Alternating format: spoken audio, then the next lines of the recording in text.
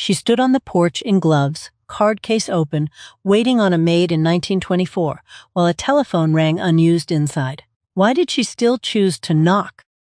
By the 1920s, the telephone was spreading fast through American cities, yet the calling card had not gone anywhere. This was not stubborn nostalgia. It was a whole social system built over a century that a ringing phone in a hallway could not replace. Understanding why takes us back further than most people expect, into parlors where a small rectangle of engraved paper carried more weight than a spoken word ever could. The calling card did not begin in America at all. It traced back to the French royal court under Louis XIV, where a folded slip of paper announced a visitor before they ever stepped into a room. English aristocrats adopted the habit next, and it crossed the Atlantic with the same families who imported French fashion and English manners. By the time it reached Boston parlors, it had already been polished for 200 years. There is an earlier version of the custom worth knowing, too, and it is stranger than most people expect. Before dedicated cards even existed, callers in some circles simply wrote their name on the back of an ordinary playing card and left it at the door. A Queen of Hearts or a Jack of Spades, repurposed as a calling card, tells you how deeply this whole tradition was tangled up with the parlor games and card culture of its era. The rule was never written down, but every woman in the room knew it. By the 1850s, calling cards had become one of the most codified rituals of American life. Etiquette manuals gave the practice entire chapters. A woman in Boston, New York, or Charleston learned the rules of the card the same way she learned to set a table, as a skill that marked whether she had been raised properly at all. A calling card was small, usually about the size of a modern index card cut in half, and it said almost nothing on its face. A name engraved, never printed, because printed type on a lady's card was considered common. Sometimes a line underneath listing the one afternoon a week she received visitors. That was the entire message, and yet everyone who held it understood exactly what it meant and exactly how to respond. Getting a card made was not a quick errand. A family ordered engraved cards from a proper stationer, sometimes waiting weeks for the copperplate script to be cut correctly and the paper stock to match what the family had always used. This was not something a person dashed off on the spot. A card, once ordered, represented a real investment of time and money, which is part of why handing one over meant something. Here is the detail that stops most people cold. A married woman's card almost never carried her own first name. It read Mrs. John Alden Whitmore, or whatever her husband's full name happened to be. Her formal identity, printed and handed to strangers, was literally his name with a title attached. It disappeared from polite company, but it still tells us something about how identity itself was built in that world. A man's card followed a different set of rules entirely, and it is worth pausing on the contrast. His card was smaller than a lady's, plainer, sometimes listing a club or a profession in the corner if he was making a business-adjacent call. He was expected to leave his own card, and, in some households, one of his wife's as well, folded correctly whenever he called on a married couple. The etiquette treated men and women as running two related but separate systems. A young woman did not get her own card the day she was born into a good family. She got it the day she came out into society, at her debut. Before that, her name might appear in small type beneath her mother's on the family card. Afterward, she carried her own, engraved, ready to be presented at her very first formal call. It was a rite of passage as real as any wedding. Now picture the front door itself. A caller arrives, card in hand, and it is not the lady of the house who answers. It is a maid, carrying a small silver tray. The card goes on that tray, the maid disappears into the house, and the caller waits on the step. What happens next decides everything about whether that visit is about to happen at all. The maid returns and says, "The lady of the house is not at home." Here is what almost nobody realizes today. She is home. Everyone standing in that doorway knows she is home. Not at home was a script, a polite fiction both women understood perfectly, and it let a hostess decline a visit without a single lie ever technically being told to anyone's face. It disappeared from polite company, but it still works in a way. Think about it plainly. That single phrase let a woman control her own front door without a single confrontation. No explaining, no apologizing, no awkward excuse invented on the spot. Just 2 words, delivered by someone else, and the matter was closed. Modern life gave us caller ID and a decline button. They had a maid and a sentence, and it did the same job. There is a whole world hiding in what nobody thought to teach anymore, and the folded corner of a card is a perfect example. In some households, bending one corner meant the call had been made in person, rather than sent over by a servant on the caller's behalf. A different corner meant something else again. None of it was printed anywhere on the card itself. It lived entirely in the hands of the people who used it. This folded corner code actually came over from England and France more fully formed than the version most American households ended up practicing. British and continental etiquette had a slightly more elaborate corner system than American manuals generally kept. American writers tended to simplify it, borrowing the general idea of a silent signal while trimming away some of the finer European distinctions that had grown almost too complicated even for the people who used them daily. 4 letters, tucked into the corner of a card, meant a much bigger thing than they let on. P, C, for the French it's pour prendre congé, to take leave. A family leaving town, ending a stay, moving on from a city, left this card behind as their formal goodbye. No visit, no conversation. Just a small piece of engraved paper doing the emotional work that a real farewell would otherwise require. Your grandmother knew something they stopped passing down, and part of it was this. A woman's week had a shape, fixed and dependable, built around a single afternoon when she was formally at home to callers. Tuesdays, perhaps, or Thursdays, she knew it. Her friends knew it. Strangers moving into the neighborhood learned it fast because showing up on the wrong day was its own small failure, however innocent it looked. Picture what that Thursday actually looked like inside the house. Tea laid out, the good china set, the parlor straightened since morning, and the lady of the house dressed and composed by early afternoon because she genuinely did not know who might arrive. This was not idle waiting. It was a working appointment calendar, kept entirely by memory and reputation, decades before anyone wrote a schedule down on paper for personal use. Different cities even had their own local flavor of the custom. New York households leaned toward strict, almost businesslike precision about the at-home day. Southern cities like Charleston folded in a slower, more conversational warmth around the same basic rules. The bones of the ritual were identical everywhere, but the way a woman lived inside those bones, briskly efficient or unhurried and social, said something about the city she had been raised in. Now here is where the telephone should have won, and did not, at least not right away. By the early 1920s, telephones were reaching roughly 1 in 3 American homes, more in the cities where this whole ritual thrived hardest. The technology to simply call ahead existed, and yet the card held its ground for another 2 full decades among exactly the households that could most afford a phone. So why did a working phone in the hallway not simply end the custom overnight? Because a phone call solved the wrong problem. It could get a message across quickly, but it left nothing behind. No paper trail, nothing to place on a tray, nothing to reference later, nothing that proved, in a socially visible way, that a visit of the correct rank and formality had actually taken place. There was also the matter of privacy, or the total lack of it. Many homes in the 1920s shared a party line, meaning several households used the same telephone circuit, and could, in practice, listen in on each other's calls. Announcing a formal social visit, a condolence, a delicate family matter over a line your neighbors might be quietly listening to, was considered thoroughly indecorous. A card, sealed in an envelope or handed at the door, had no such audience. Beyond privacy, there was a simpler snobbery at work. Ringing someone's telephone to announce a social visit could feel, to an older-fashioned hostess, faintly presumptuous, almost like barging through the front hall instead of waiting properly on the step.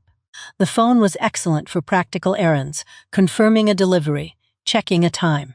For matters of real social weight, it still felt a little too fast, a little too familiar to entirely trusted households. There is a whole world hiding in what nobody thought to teach anymore, and rank was the biggest part of it. A calling card was never just a courtesy. It was a visible record of exactly who called on whom first. A newer or lower-ranking family calling first on an established one was expected and correct. The reverse, an established family calling first on a newcomer, was a real honor, noted and remembered. Calling in the wrong order was more than an innocent mistake. A family of lesser standing who called uninvited on a family well above them risked looking presumptuous, grasping, unaware of their own place. It sounds harsh to modern ears, but it kept a fast-growing, socially mobile American society legible to itself. Everyone, even strangers, could read the shape of a neighborhood just by watching who called on whom and in what order. And once a call was made, the clock started ticking on the other side. Etiquette manuals of the era generally advised that a call be returned within about a week to 10 days. Longer than that, and the silence was not neutral. It was a message read clearly by everyone involved, whether or not a single unkind word was ever spoken out loud. It disappeared from polite company, but it still works, because we all still know this feeling.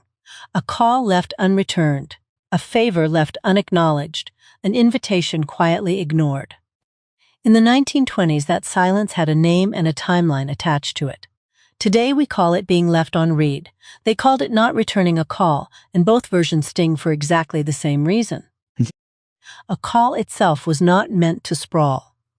The etiquette of the period generally kept a formal visit to somewhere between 15 and 30 minutes, no more. Long enough for tea, for pleasant conversation, for the correct topics, never long enough to overstay a welcome or force a hostess to entertain past what her afternoon could hold. Knowing exactly when to rise and leave was its own quiet skill, and a woman who lingered too long was noticed. There were subjects a callser simply did not raise during those precious 15 minutes. Money, illness, and family scandal were generally kept off the table, replaced by weather, mutual acquaintances, and light social news. The conversation itself was almost as choreographed as the card that announced it, a small, contained performance meant to leave every party feeling pleasantly received rather than exposed or interrogated. This whole system needed a rulebook, and in 1922 it got the definitive one. Emily Post published Etiquette, and it became one of the most influential books an American household could own. Inside were exacting instructions on the calling card, down to the smallest detail, the correct engraving, the correct wording for a married woman, a widow, a young debutante, all spelled out because the ritual had grown too intricate to trust to memory alone. There's something worth noticing in the fact that the rules needed writing down at all. A custom that everyone simply absorbed from childhood does not usually require a 400-page manual. Emily Post's book, arriving in 1922, exactly when this video is set, suggests the old world of calling cards was already starting to wobble, even as it stood at what looked like the height of its authority. Emily Post was not writing in a vacuum either. She had lived inside the old world of formal calling herself, raised the daughter of a prominent architect in a socially prominent household, before circumstances turned her toward writing. That lived experience is part of why her book felt authoritative rather than academic. She was not describing a custom secondhand. She was recording rules she had followed personally for most of her own life. Mourning brought its own version of the card, and it is one of the more moving details in this entire story. A family in mourning used cards bordered in black, the width of the border signaling how deep and how recent the grief was. Callers who came to offer condolence left their own cards, quietly. Without demanding conversation, the grieving family might not have had strength for that day. That detail says something important about the whole system. It was not only rank and status. It gave grieving people a way to be supported without being intruded upon, a way to say, "I am thinking of you," without requiring a single spoken word. Good manners, remember, even when we forget, And this is exactly the kind of quiet kindness that got lost along with the ritual itself. Weddings had their own choreography too. A newly married couple was expected to receive formal calls in the weeks after the ceremony. Cards exchanged the way a modern couple might expect texts, cards, or gifts today. It announced the new household to the wider social circle, confirmed the marriage in the eyes of the community, and gave everyone a clear, correct way to extend their good wishes without simply showing up unannounced. Moving to a new city carried its own card ritual as well. A family arriving in a new neighborhood might wait correctly to be called upon first by established residents, or send cards ahead announcing their arrival, depending on their standing. It functioned very much like a welcome to the neighborhood gesture does today, except it ran on strict rules about who initiated it and exactly how soon. A christening brought its own quiet flurry of cards as well. New parents, exhausted and proud, still found themselves expected to receive callers wishing to see the new baby and offer their congratulations, each visit properly announced by a card first. Even the most joyful family news in this world traveled through the same formal channel as everything else, filtered through paper before it ever reached a doorstep in person. It is worth pausing on who actually ran this entire system, because it was not men. The calling card apparatus, the sit-home days, the reciprocal visits, the decision of who was received and who was turned away belonged almost entirely to women. A husband's business card followed different, simpler rules. His wife's social card was the true engine of the family's standing in the community, and she operated it with real authority. There is a whole world hiding in what nobody thought to teach anymore, and this is perhaps the biggest piece of it. A woman with no formal vote, no professional title in most cases, still ran a functioning social bureaucracy from her own front parlor, complete with scheduling, protocol, correspondence, and consequences for anyone who broke the rules. It was invisible labor, and it was also real power, exercised entirely through paper and a silver tray. Card cases were their own small industry and their own small vanity. A woman carried her cards in a case made of silver, tortoiseshell, mother of pearl, or embossed leather, small enough to fit a handbag but sturdy enough to protect the delicate engraved corners inside. The case itself said something about a family's means, quietly, the way a good coat or a good pair of gloves said something without a single word being spoken. A gift of a card case was itself a meaningful gesture, often given to a young woman coming out into society as a mark of the milestone. It signaled that she was now considered an adult participant in this whole formal system, trusted to carry her own name into other people's parlors and to manage her own social calendar going forward. A small, engraved case, and a young woman's world quietly expanded. Now think about the household on the other end of all this, the one receiving the calls, because the infrastructure required real staff. Someone had to be at the door all afternoon, ready to accept a card, judge whether the mistress was receiving, and manage the flow of visitors without a single misstep. That meant a maid, or in wealthier homes, a footman, whose entire job for those hours was this quiet choreography of paper and permission. This is where the story starts to turn, because that staffing requirement is exactly what began to unravel the custom. The calling card ritual assumed a household could afford someone whose whole job, for part of the day, was managing the front door.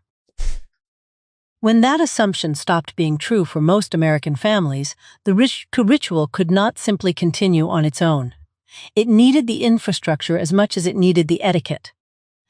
The Great Depression hit that assumption hard. Household staff became a luxury far fewer families could justify, and the number of homes with a maid at the door to receive a caller's card fell sharply through the 1930s. The etiquette rules did not vanish overnight, but their machinery, quite literally the person standing at the door, started disappearing from ordinary homes across the country.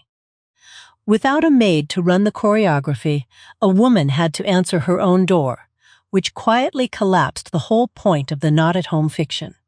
Standing face-to-face with a caller, she could no longer send a servant to deliver the polite lie on her behalf.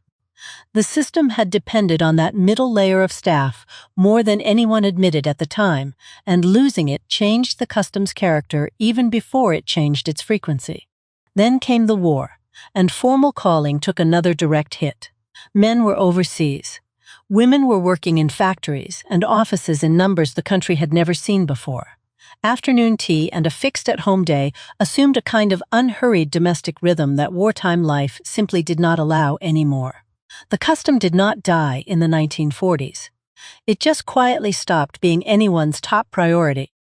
A woman working a factory shift simply did not have a fixed Thursday afternoon free for tea, and callers the way her mother once had. Wartime life rearranged the American household's entire clock, and the calling card, built for a world of leisured, unhurried afternoons, had nowhere obvious left to fit. It survived, but only by shrinking down to the occasions that mattered enough to make room for it. So by the time we reach the 1950s, the decade this channel calls home, the calling card had not disappeared. It had simply been demoted. It was no longer the weekly clockwork of every respectable household. It survived instead for the moments that mattered most: a new baby, a new home, a death in the family, a formal introduction, kept alive by women who still understood exactly what the gesture meant. Even Emily Post's own book kept adjusting to the times. Later editions, revised across the decades leading into the 1950s, still included guidance on calling cards, but the tone had softened considerably. The rules were described as less rigid than formerly, a phrase that quietly admits the old system was fading even while the book still felt obligated to record it for anyone who wanted to keep the custom alive. A 1950s housewife reading that softened guidance was inheriting a diluted version of a much stricter world, the way any of us learn a family tradition secondhand, missing some of its original weight. She might still keep a small supply of engraved cards in a drawer for the right occasion. A new neighbor, a condolence, a formal introduction, without ever practicing the full weekly ritual her grandmother had lived inside without question. One place the ritual refused to loosen its grip was in diplomatic and military circles, and it is worth understanding why. A newly arrived officer's family, posted to a base or an embassy, was expected to make formal introductory calls on senior officers' wives, card in hand, exactly as their grandmothers would have done. In a world built on rank and hierarchy, the old system still did its job better than a phone call ever could. That detail is not a footnote. It is the clearest proof of what this custom was actually for all along. In a world with a strict hierarchy, whether military rank or old social rank, a calling card announced exactly where you stood before a single word was exchanged. The phone was excellent at delivering information quickly. It was never built to communicate rank, formality, or respect the way a small engraved card, handed over correctly, always had. A young military wife arriving at a new posting in the 1950s often had to learn this entire system from scratch, sometimes with almost no warning, guided only by an older officer's wife willing to explain the unwritten order of calls. It functioned as a kind of professional onboarding disguised as a social nicety, and getting it wrong in those close-knit communities carried real consequences for a husband's career, not just a wife's reputation. Now compare that to the telephone's real limitation in the 1920s and even into the 1950s. A phone call could tell you something instantly, but it could not perform anything. It could not signal grief, respect, apology, or standing the way a physical object, chosen and carried and handed over in person, always could. The calling card was never really about speed. It was about weight, and a phone call, however convenient, has never carried the same weight. Think about how differently the two objects age, too. A phone call, once finished, leaves nothing behind but a memory that fades a little more each year. A calling card can sit in a drawer for decades, pulled out and looked at again, still legible, still exactly what it was the day it was handed over. Some families kept boxes of old cards the way others kept letters, a quiet paper record of an entire social life. There is a whole world hiding in what nobody thought to teach anymore, and modern life has quietly circled back to it more than once. Personalized social cards, small and tactile, exchanged instead of simply swapping a phone number or a social media handle, have popped up again and again among younger people who never lived through the original custom. They wanted something to hold, something that felt like it meant more than a saved contact. That is not a coincidence, and it should not surprise anyone who has followed this story closely. The calling card solved a problem that never actually went away. People still want proof that a gesture cost something, that it took effort, that it cannot simply be deleted or forgotten in a stream of notifications. Every generation eventually rediscovers that a card in the hand means something a message on a screen rarely manages to. Vintage card cases and old boxes of engraved cards remain genuinely sought after in antique shops and estate sales today, tucked among the ephemera collectors still hunt for the letters, the linens, the housewares nobody else thought to save. If you have ever pulled open a drawer at an estate sale and found a small stack of someone else's old calling cards, you have held a piece of this exact history in your own hand. Let us return to that 1924 porch we opened on, because now the scene means something different. That woman was not being old-fashioned for its own sake. She was participating in a system that told the household inside exactly who she was, where she stood, and what kind of welcome she deserved, all before a single word passed between her and whoever answered the door. The card did more work than a phone call ever could. Picture the maid taking that card inside now, the lady of the house glancing at the engraved name and deciding in an instant everything that follows. Tea will be poured, or it will not. The door will open wider, or the caller will hear two familiar words and turn quietly back down the steps. All of that decided by a small rectangle of paper that never raised its voice once. It is easy, looking back, to laugh a little at the strictness of it all. The folded corners, the correct wording, the 15 minutes and not a minute more. But underneath the strictness was something genuinely thoughtful. A system that let people decline visits without lying, grieve without being intruded on, and announce their standing without ever having to say it out loud. That is not fussiness. That is design. Compare that design to how much modern life leaves entirely unspoken and unresolved. We rarely have a clean, understood way to decline an invitation without an awkward excuse, or to signal grief without fumbling for the right words at the worst possible moment. The calling card handled both with a folded corner and two familiar words. No improvisation required. No one left wondering what was actually meant. The rule was never written down, but every woman in the room knew it, and maybe that is what modern manners lost hardest of all. Not the cards themselves, but the shared, unspoken agreement that made them work. A whole community once understood the same silent rules well enough that a folded corner or a two-word phrase could carry an entire conversation. That kind of fluency does not disappear by accident. It has to be actively forgotten, generation by generation. Your grandmother knew something they stopped passing down, and it was not just which fork to use or how to fold a napkin. She knew how to build and protect a social world with nothing but paper, timing, and quiet confidence. She knew when to show up, when to wait to be called upon, and when silence itself was the clearest answer anyone could give. None of that required a single ringing telephone. That kind of quiet confidence is worth naming plainly.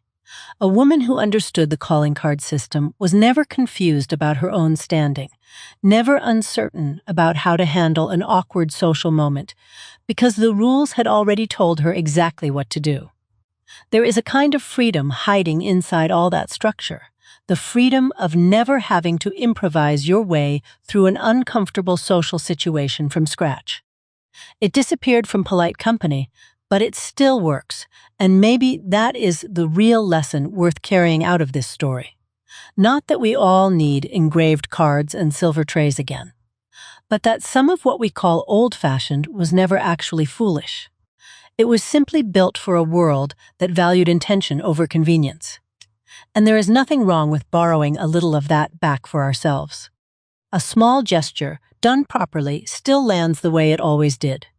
A handwritten note instead of a text, a proper introduction instead of a hasty one.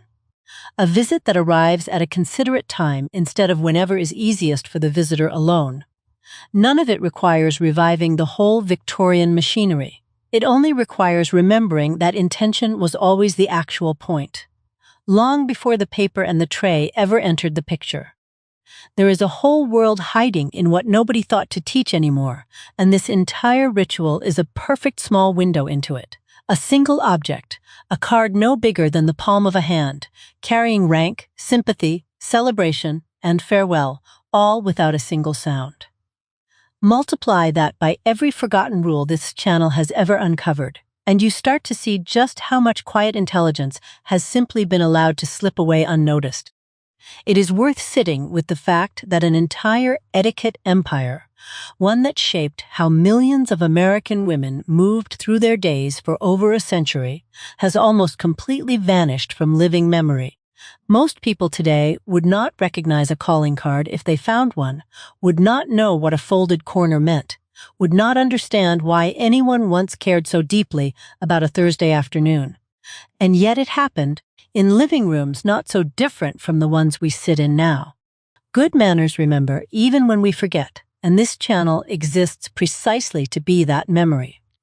Every rule we have walked through today, the tray, the folded corner, the not-at-home fiction, the black-bordered card, was once as ordinary to a well-raised woman as checking her phone is to us now.